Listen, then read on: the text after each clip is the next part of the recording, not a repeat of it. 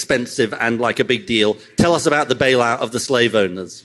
So, one of the things often when we're talking about empire, we talk about slavery. And one of the first things then is how Britain abolished the slave trade. And it's like, yes, Britain did abolish the slave trade, but after about 200 years of profiting from it.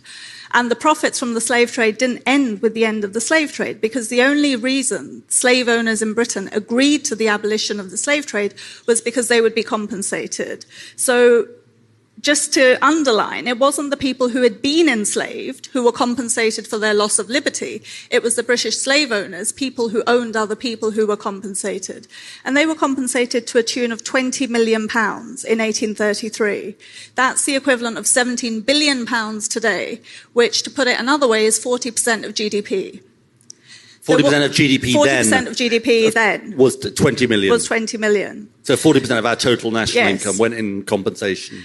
And there wasn't enough money in the country to pay people. And so what the government did was raise bonds. So those bonds were raised, the slave owners were paid. And we, that is British taxpayers, both in Britain and the colonies, only finished off paying that bond in 2015.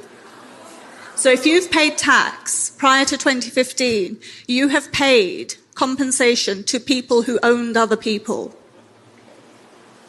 And that was still being